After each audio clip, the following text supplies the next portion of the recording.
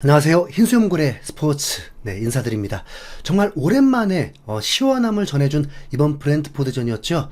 손흥민이 골을 터뜨려주기를 간절히 바랬지만 골이 없어도 압도적으로 맨 오브 더 매치에 선정될 정도로 경기력, 이 정도의 경기력이면 충분히 아쉬운 마음을 달랠 수 있을 것 같습니다. 자, 이번 컨텐츠에서는 바로 이 경기 손흥민에 대한 현지 평가와 현지 팬들의 반응 소식들을 전해드리도록 하겠습니다. 이날 경기 전반에는 토트넘의 공격이 주로 왼쪽에서 전개가 되면서 상대적으로 오른쪽의 공간이 열리다 보니까 브레넌 존슨에게 마무리의 기회가 여러 번 주어지는 모습이었는데, 존슨이 비록 한 골을 기록하긴 했지만 존슨의 마무리가 참 아쉽긴 했습니다. 사실 득점을 기록한 장면이 오히려 굉장히 어려운 상황이었고, 그 이외에 더 쉬운 장면들에서 많은 기회를 놓치는 부분들이 너무나도 아쉬운 모습이었죠. 손흥민이 어시스트를 기록한 장면, 존슨이 득점을 기록한 장면, 손흥민의 패스도 물론 좋았지만 이 장면만큼은 존슨의 마무리가 정말 괜찮았던 장면이죠. 그런데 이게 다였습니다. 지난 코벤트리전까지 해서 두 경기 연속골을 넣고 있긴 하지만 확실히 마무리 단계에서의 침착함을 반드시 가다듬어야 하는 숙제를 해결해야겠죠. 야, 진짜 너를 어떻게 하니? 참. 지난 시즌부터 도대체 몇 개를 해먹는 건지, 그래도 이번 리그 득점을 기점으로 좀 더 나은 마무리 상황에서의 모습을 보여주길 기대해보겠습니다. 그리고 또 한 명의 위기의 남자, 바로 제임스 매디슨이었는데요. 최근 연이은 대표팀 낙마와 현지 언론의 비판으로부터 자유롭지 못했던 매디슨. 매디슨의 이날 경기는 경기에 나서는 태도는 마치 내일이 없는 것 같은, 그리고 절박함이 묻어나 보이는 그런 모습이었는데요. 매디슨은 이날 88분을 뛰면서 한 개의 득점을 기록. 무엇보다 인상적이었던 것은 수치상으로는 한 개의 인터셉트를 기록했지만 수치로 드러나지 않는 적극적인 압박으로 상대의 미스를 수차례 만들어냈다는 점이었는데요. 거기다가 탈압박에 이은 공격 전개. 좋았어. 솔랑케 리그 첫 득점의 시작 역시 매디슨의 적극적인 압박으로 인한 볼 탈취가 그 시작이었습니다. 사실 손흥민은 매 경기 이런 모습 헌신적으로 뛰면서 압박의 선봉장에 서는데, 오늘 역시도 손흥민의 전방 스프린트는 상대의 롱킥을 유도하게 만들면서 수차례 소유권을 뺏어오기도 했습니다. 자, 다시 돌아와서 경기 시작 23초 만에 음보에모에게 발리슛 실점? 원도골이라고 봐야겠죠. 이 뼈아픈 실점 이후 8분 만에 동점골을 얻게 되면서 토트넘 역시 분위기 반등에 성공할 수 있었습니다. 그리고 매디슨의 득점, 손흥민의 이번 시즌 리그 이후 어시스트이자 3대1의 승리를 확정지을 수 있었던 쐐기골, 이 득점으로 인해서 그간의 소름을 어느 정도는 씻어낼 수 있었던 매디슨이었습니다. 그리고 이 골에 대한 상당수의 지분, 바로 손흥민에게 있기도 합니다. 후반 60분 상황에서 손흥민의 절묘한 패스를 받아서 완벽한 찬스를 맞이했던 존슨이 그만 똥볼, 아니 소녀 슛으로 기회를 해먹으면서 한 골차 리드를 지키던 토트넘은 브랜트포드의 맹추격에 어려움을 겪고 있었습니다. 하지만 교체로 들어온 비수마의 커트, 이 타이밍을 놓치지 않고 재빨리 전방으로 질주하던 손흥민의 연결한 로메로의 패스, 그리고 볼을 잡은 손흥민은 침착하게 한 명의 수비수의 발을 피해서 박스 안으로 침투하던 매디슨에게 정확한 패스를 넣어줍니다. 이렇게 맞이한 매디슨의 1대1 찬스에서 이렇게 손흥민이 만들어준 완벽한 찬스에서 매디슨은 골을 기록하죠. 경기 전에 비수마, 매디슨이 뭔가 해줄 거라고 했었는데 딱 원했던 장면은 아니지만 어느 정도 맞아떨어졌죠. 이 득점으로 매디슨은 후스코드닷컴이 부여하는 평점에서는 최고점을 받기도 했습니다. 그리고 손흥민이 기록한 2개의 어시스트, 이 어시스트로 손흥민은 프리미어리그 역대 어시스트 부문 공동 18위에 이름을 올리게 됐는데요. 손흥민은 총 64개의 어시스트를 기록하면서 앨런 시어러, 가레스 베일과 함께 공동 18위에 그 이름을 당당하게 올리게 됐습니다.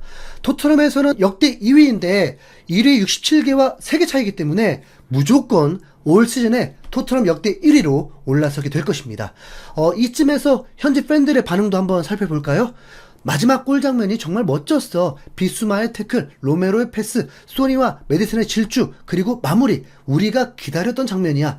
좋은 경기였지만 나는 한 가지 궁금한 게 있어. 소니는 우리의 베스트 피니셔야 아니야? 그런데 그는 슈팅을 두려워하는 것 같아. 소니가 많은 도전을 하지 않는 게 아쉽긴 하지만 어떻게든 많은 기회를 팀메이트들에게 만들어주고 있어. 소니만 골을 넣는 팀이 되면 우리는 목표를 달성할 수 없어. 우리는 실제로 점유권을 완전히 장악할 때보다 시즌보다 5대5에 가까워지면 더 잘 플레이했어. 지난 시즌에도 그랬었지. 맨시티와 브렌트포드 2대1, 우리는 3대1. 그렇다면 소니가 상대에게 달려드는 압박은 대단해. 그걸 보는 것만으로도 너무 피곤해질 정도야. 브레넌이 오늘 경기에서 골 말고 한 게 뭐가 있지? 평소에는 골을 넣지도 못하는데 오늘은 단지 골이 하나 들어갔을 뿐이야. 그의 요점은 뭐지? 멍청한 스퍼스 팬들은 결코 깨닫지 못한다. 소니가 아무리 형편없이 플레이하더라도 그는 아무것도 없이 골이나 어시스트를 올릴 수 있는 남자라는 사실을. 사람들은 그저 희생양이 필요할 뿐 소니는 대단했어. 평소와 같은 슈팅을 볼 수는 없었지만 그의 패스는 완벽했다고. NG 선택은 미친 짓이었어. 지구 한 바퀴를 돌고 온 남자를 확정적인 상황에서 계속 그라운드에 남기는 이유가 뭐지? 그 불쌍한 친구에겐 휴식이 필요해. 나도 스퍼스의 팬이지만 정말 역겨워. 소니는 다른 선수들을 위해 엄청난 기회들을 제공했어. 하지만 사람들은 그가 골을 넣지 못하면 폼이 안 좋다고 말하지. 그가 본다면 너무 슬퍼할 것 같아. 네, 일부 댓글을 보면 손흥민이 슈팅을 하지 않은 장면에 대해 비판하면서 겁쟁이라고 좀 비판하는 이들도 있었는데, 그에 대해 반박하는 내용의 댓글들 역시 굉장히 많이 달려있는 모습이었습니다. 참 일부이긴 하지만 사실 어딜 가나 그런 이들은 있기 마련이죠. 네, 손흥민은 이번 경기 2개의 도움 외에도 7개의 기회 창출, 특히 2번의 빅찬스 메이드가 있었습니다. 후방에서 볼을 돌린 것이 아님에도 86%의 패스 성공률을 기록하면서 골이 없음에도 리그 3호 선정, 공식 MOM이 된 이유가 있는 경기력이죠. 손흥민은 품업 기준 평점 9점, 양팀 통틀어서 최고의 평점을 받았고, 소파스코어 역시 8.7점을 부여하면서 최고의 평점을 부여했습니다. 풋볼 런던에서는 손흥민에게 8점, 메디슨에게는 10점을 부여했네요.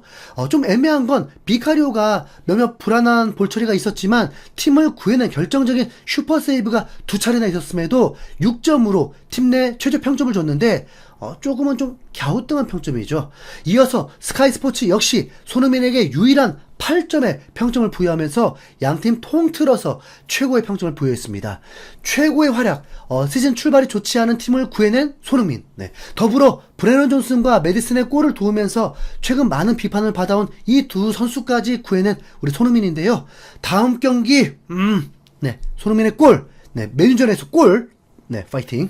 자, 잠깐. 그리고 그러고 보니까 손흥민이 구해낸 진정한 위기의 남자는 바로 엔지 포스테코글루 감독이겠죠. 노골적으로 미디어로부터 비난을 받고 심지어 경질까지 거론되면서 심각한 상황에 놓여 있었던 엔지 감독. 네, 이번 경기 공식 MOM 손흥민이 살려낸 진정한 위기의 남자 1위는 바로 엔지 감독이었네요. 네, 이제 이 기세를 몰아서 다가오는 유럽 대항전 3연승 가야죠. 아니, 그걸로도 안 됩니다. 맨유, 브라이튼 모두 진짜 격침 시켜야죠. 네.